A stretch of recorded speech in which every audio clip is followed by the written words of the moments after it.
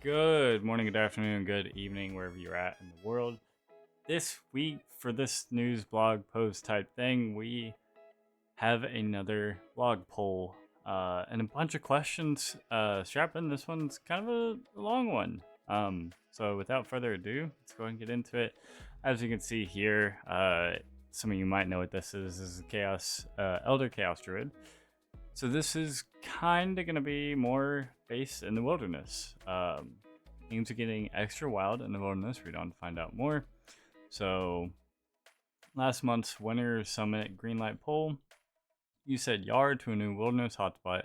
Chaos Simple featuring undead pirates, chaos druids, and a whole lot of PvP. Before we dive into the reward side of things, here's a tiny sneak peek from one of our test worlds. Shown below is pure making use of a door and multi-can to deliver swift justice to these pesky pirates. You'll also notice that we're looking to see how things play out with a southern land bridge away from the Chaos Temple, allowing you and your friends to try your hand at hindering opponents in, or recreating a medieval pitched battle against a team charging in from the opposite side and meeting in the middle. Dramatic. So obviously these undead pirates are not going to be using magic, right? That makes sense, right? They wouldn't be using magic. So, but the Elder Chaos Druids are more spread out. It looks like there was like one or two less of them. But obviously there's these undead pirates now. But this pure, by the way, he's a pure, and he's praying magic still. So I'm wondering if these pirates just don't really do that much damage, because like I see some of his health is missing, or the Elder Chaos Druids are just that strong. Like it looks like there's only one on him though, so not really sure what to really make of this. I'm curious what they dropped though. This time we want to focus on the rewards you'll get from this new content. Although there are a few other wilderness related poll questions we'd like to hear your thoughts on. Let's take a look. So, Undead Pirates, before we move on to the rewards, we're proposing a tweak to the hard clue step that currently points to the Chaos Temple, move it somewhere a bit less chaotic. It's good, especially for the fact that one, they're updating the content based around Chaos Temple. Two, if this becomes a popular PvP hotspot, that clue step is just going to be horrible, especially because that spot is multi. So they're moving the associated stash unit as well. We're doing this because wilderness clue steps are risky enough as is. Nobody dreams filling their bank with ill-gotten shovels. The image below shows the new location. So it was formerly here. Now it's going to be over here. So right under the black salamanders in the wildy, and this is below 20 wilderness, so people will still be able to do any teleport out of here. That's good. Plus, if by some weird coincidence you did end up getting caught here and TB'd, whatever the case might have been, this tree forest is incredible for getting gap on people. You can you snare, entangle, freeze anyone, or like a lot of times even just maneuvering around the trees, you can get a gap and log out on PKers. Really good. I like the change. Like clue scrolls like that you shouldn't be in real danger in the wilderness, except for the 1 in a million chance, but it's there. Change primarily just maintaining the status quo. We made changes to wilderness content. I try and keep the associated risk for things like blue scrolls about the same as before. Yep. Of course, some of you might relish the thought of wading through a lava-filled war zone as rewards, so we thought we'd ask just in case. Yeah, so obviously this is just a poll blog. These changes aren't set in stone, but I like this change. Can't see why that wouldn't pass. That out the way, let's see the rewards. Nothing in this section except the poll questions. Of course, you also remember. So, okay, one of the rewards that you get from these new undead pirates is a chivalry prayer scroll. And if any of you are very familiar with the regular prayer book, we already have chivalry. So let's go and read on. Pretty sure they will explain. You'll remember that one of our primary motives in fleshing out this low wilderness level hotspot was to give Zerkers and Pures and other PvP focused builds, a place to hang out. This area is unique in that it sits between level 9 and 14 wildy. Perfect spot for builds like this to get their PvP on. This also means that if you're still progressing your account and feel like a bit of risk for some juicy reward, you're more likely to be attacked by players running combat level rather than far beyond. Equally, the first reward is aimed at PvP builds. Chivalry isn't a new prayer, although you'd be forgiven for thinking it is because you probably never used it before. Chivalry requires 60 prayer, 65 defense, and completion of the King's Ransom Night Waves. In return, it offers a boost to defense, strength, and attack. It's essentially a weaker version of piety, and thus it remains unused. But you know what they say, chivalry is not dead. This consumable prayer scroll gives low-level players the option to use a prayer they wouldn't otherwise have access to. It also evens the odds between players with drastically different builds. Although the effects of the prayer are marginal, it makes fights between level 45 defense Zerkers and 70 defense mid-levels a bit less of a foregone conclusion. So I don't exactly know how I feel about this, but it's so like in games that last any amount of time, like for example Ultra RuneScape now is like 10 plus years old. I think it's like 12 or no, it's 11. So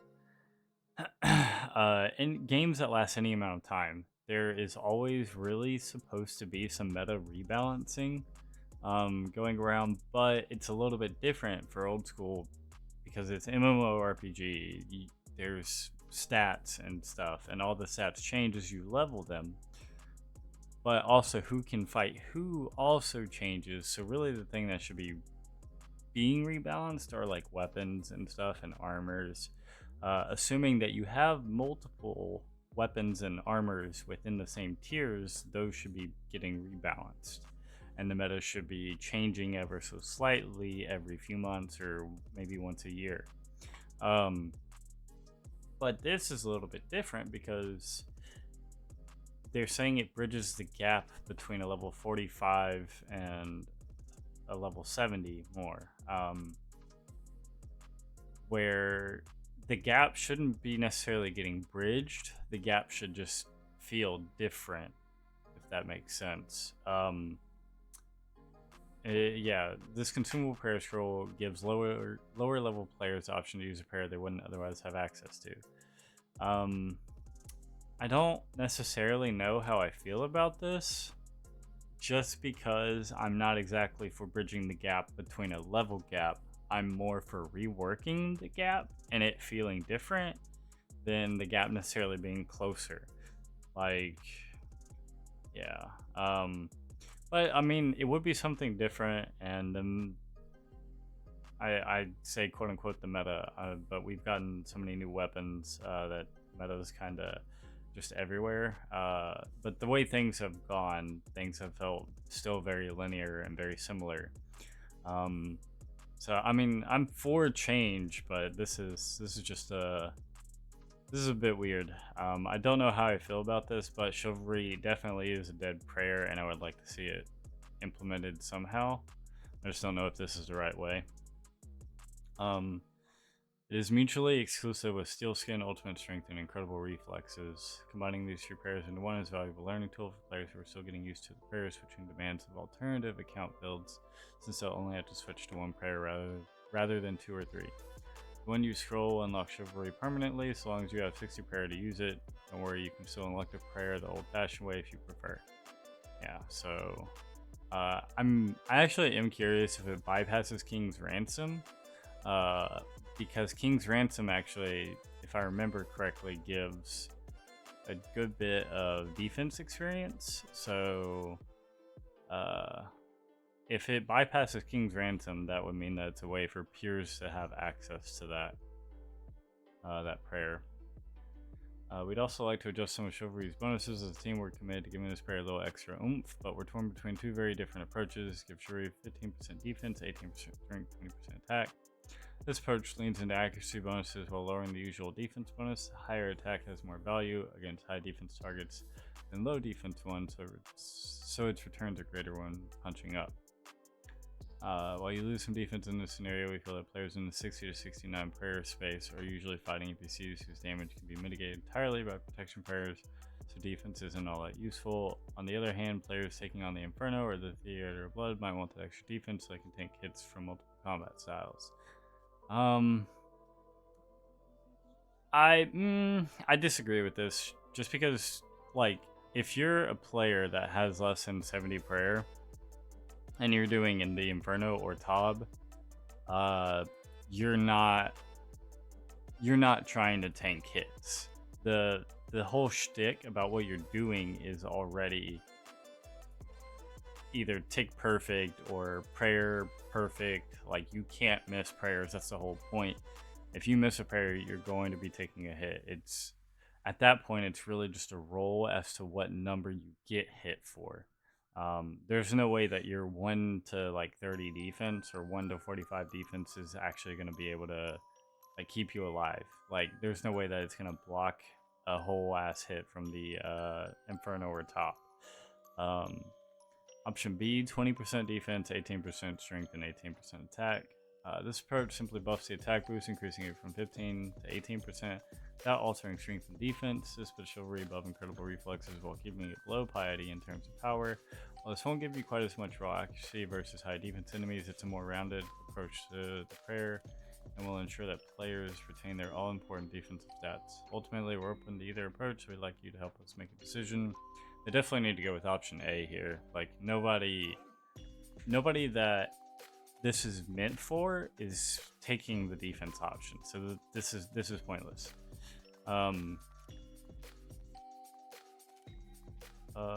Question 4. Oh, I see. Should we approach adjustments? Option A. Yeah. Okay. Adamant seeds. Sermons over time for a spot of gardening. You'll remember the 40 mithril seeds from the waterfall quest, but did you know that their uses go beyond growing pretty flowers? Planting mithril seeds moves you 1 tile westward, even when frozen.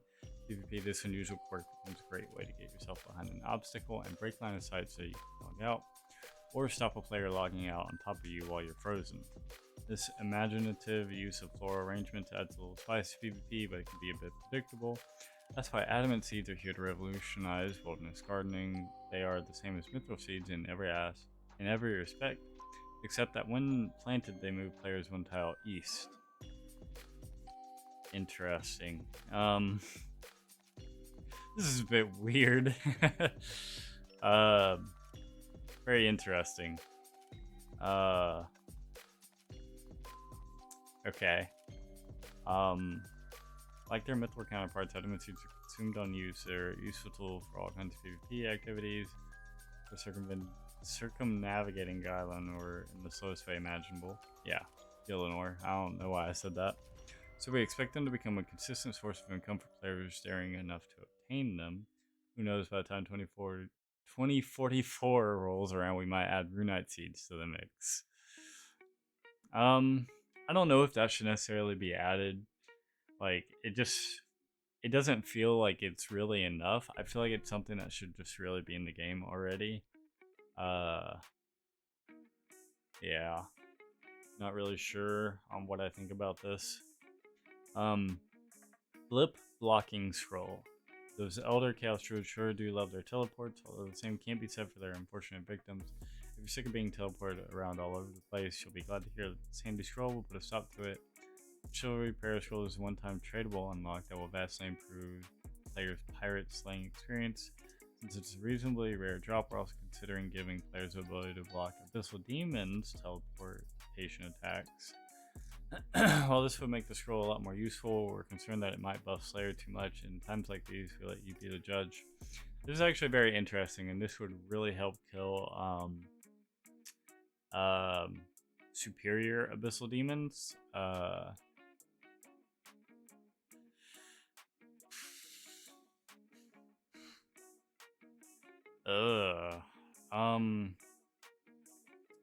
I feel like if it was layered, like after 5 of these scrolls, maybe it blocks Abyssal Demons or something. I do like the idea that it's a tradable unlock, so like you literally use it once and it's done. It unlocks it for your account. but I don't know about that being done for Abyssal Demons. And um, it's a tradable unlock for Abyssal Demons. I think if it was like a 30-minute use for Abyssal Demons, I think it would be better. But for Elder Chaos Druids, I do think that it should be like a permanent unlock. It's all on the rewards front. We're not looking to give the Undead Pirates a whole bunch of fancy uniques. We want them to provide consistently with the odd rare tradable to boost those profits. If that's something you're interested in, head to the polls and vote yes.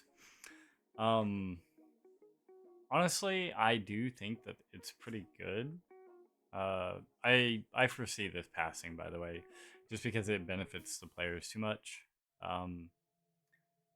Note the art shown in the screenshot is not final and may change prior to release. Well, it's not strictly a reward. This cool looking pirate ship that you'll find slammed into the wilderness eastern shore houses some chests which will be able to open using zombie pirate keys, an uncommon drop from undead pirates. While unlocked using a key, these chests will give you an additional roll on their loot table and double any loot received, including uniques. The aim here is to spread a little bit of the action into single-way combat so much for players who are so inclined to keep the heart of the update in a multi-combat mosh pit. Nice. I actually really like this. And this actually brings some life into the shoreline of the eastern wilderness, because that's honestly really dead. I don't know. The main thing is I don't know what their regular drops are. If I knew what their regular drops are, I could say how good this would be, because their rare drops are like alright. But considering that this is just an uncommon drop, I think that'll be pretty good.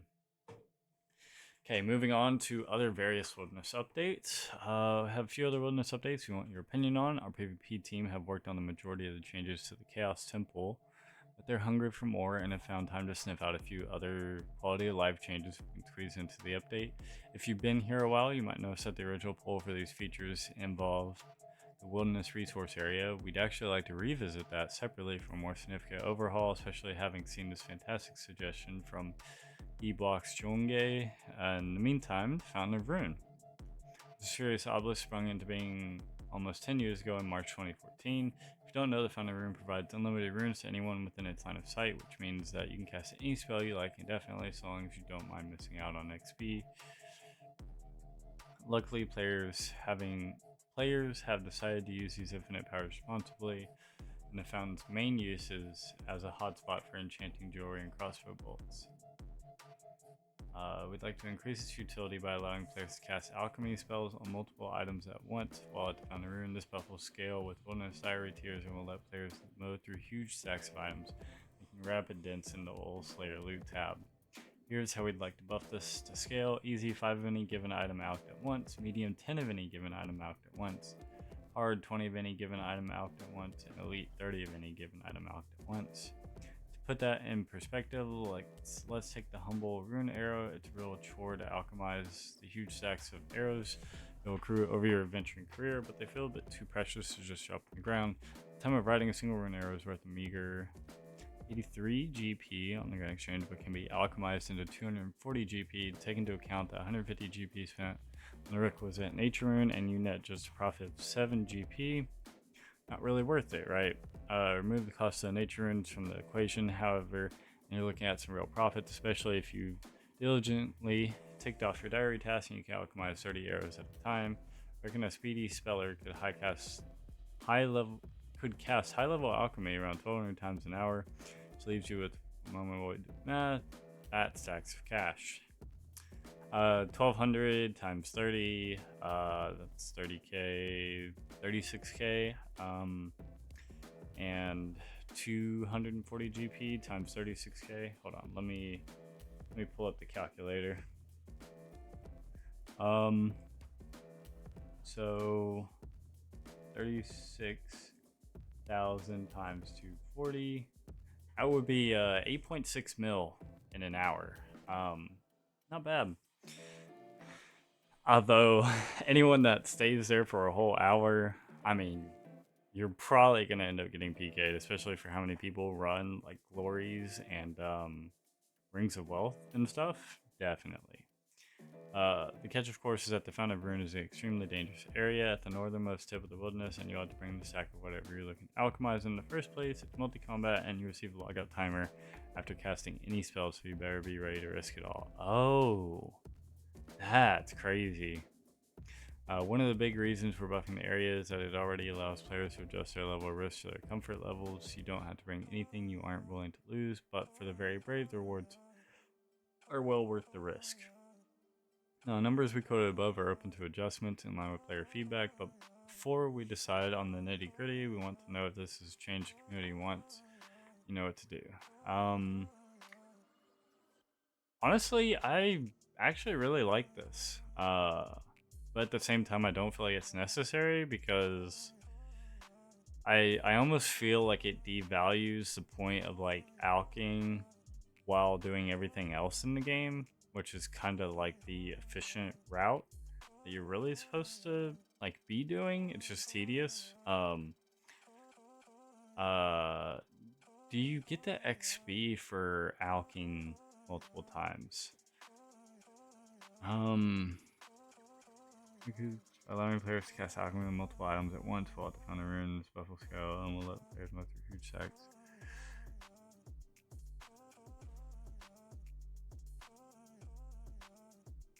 Okay. Yeah, so they don't actually specify whether or not you get the XP for alking multiple times, like multiple items. If you get the XP from alking multiple items, that would be insane. And honestly, it would probably make that like one of the best magic training spots in the game. They probably won't do that just because that sounds really good. That sounds a little too broken. Not real sure how I feel about this one, because I'm all for making more wilderness content and making PvP more of a thing. But yeah, I don't know. I feel like this devalues the high alking like experience of like high alking while you do everything else in the game. But I don't know. I mean, I guess I should look at it less like devaluing the high alking experience and more of a like it gives other options type thing. So I mean, it's probably fine and it'll probably pass. I'm for it. Wilderness Agility Course, something that is long dead. The spooky course has seen better days, having declined in popularity somewhat since it was released over 20 years ago. Provides some solid XP rates for level 52 agility, but comes with some heavy caveats. It's hard to get to, you miss out on marks of grace while you're there, and alternatives in this level range like Hollid Sepulchre Floor 1 give you comparable XP rates with more lucrative rewards. It's time we showed the Wilderness Agility course some love with a fully opt-in system that gives slightly boosted XP rates and leaves you with some spending cash. To opt in, you'll need to deposit 100k GP into a pillar or chest for not sure yet, located at the end of the course, which is conveniently also the start of the course. Unlike other wilderness deposits, if you die to another player within the course, this fee is removed from the game completely, presumably collected by the dreaded wilderness bankers. Instead, shifting the focus to the loot that you've accumulated by engaging with the content itself. This also includes deaths in the underground areas reached by falling off the course. Embarrassing. After opting in, you will receive loot every time you complete a full lap and slap that pillar or chest. This loot begins with every lap you complete without logging out or leaving the area. The loot in question is made up of delicious alcohols and blighted items, so you're free to go and do a bit of PKing after your workout. Here's how the loot scales up. 1 to 10 laps, roughly 10k GP worth of loot per lap. 11 to 30 laps, roughly 20k. 31 to 60, roughly 30k. 61 and up, roughly 40k. Current rates at about 80 laps per hour, you'll get about 2.2 million GP worth of loot in your first hour, and 3.2 million GP for every hour beyond that, assuming you're not interrupted, of course.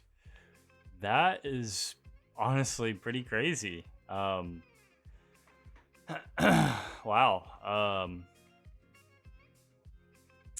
Interesting. And like once you do 10 laps, you've technically paid off the 100k GP, but obviously you have to go and bank it, which would be at the major arena, unless you make your way down to 44 obelisk and teleport out. Touching the pillar or chest will also restore your run energy. Yo, sing indulgence some heavier gear and fight back against anyone causing trouble. Yes, exactly. Let's go.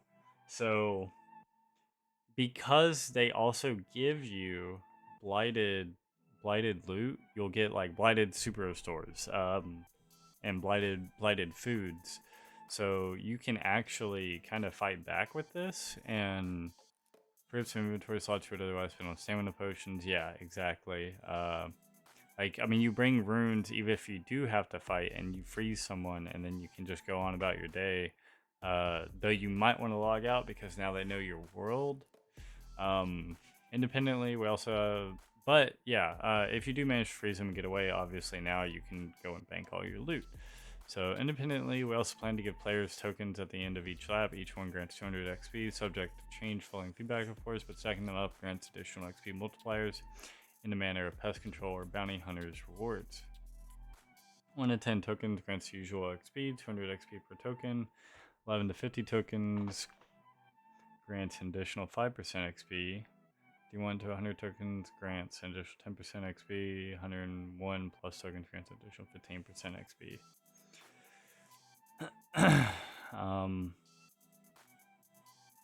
So that's pretty good. So they are buffing the XP rate in terms of like you staying there. I assume you lose these tokens when you leave. Assuming you trade all your tokens in at once, this means that your first hour nets.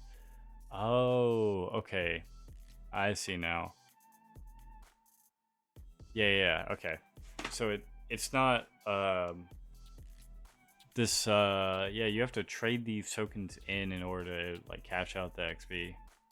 Until your first hour nets around 17k bonus XP, your second hour nets 18.2k XP, and every hour beyond that gets you 18,400 XP. That's on top of the XP you earn from actually doing the course. By the way, stack your tokens and stick it out, and you can earn a whopping 65,900 XP per hour if left uninterrupted. About the same as you get from the Perfect Dentist Agility course.